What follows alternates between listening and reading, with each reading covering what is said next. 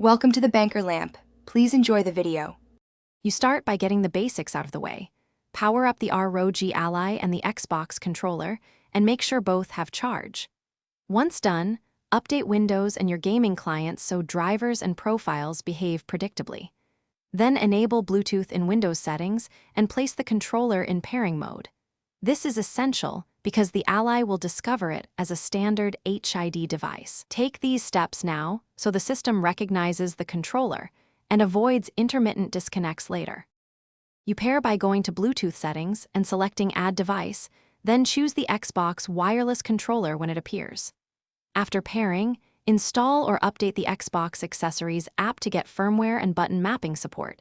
This fixes dead zones and stick drift. Next, configure the controller in Steam Big Picture or Windows Game Bar so games see the correct layout. Make sure input emulation is off unless you need it. Native X input gives the best compatibility with PC games on the Ally. You finish by testing the controller in Windows game controllers and in a game to confirm buttons and axes work correctly. If you notice dead zones or drift, calibrate or adjust profiles in the Accessories app or Steam. For the lowest latency and firmware flashing, use a USB-C wired connection. If pairing fails, remove the device, restart Bluetooth on the Ally, and try pairing again. If problems persist, switch to a wired hookup or the Xbox wireless USB dongle as a fallback. Thanks for watching. If this was helpful, leave a like and consider subscribing. See you next time.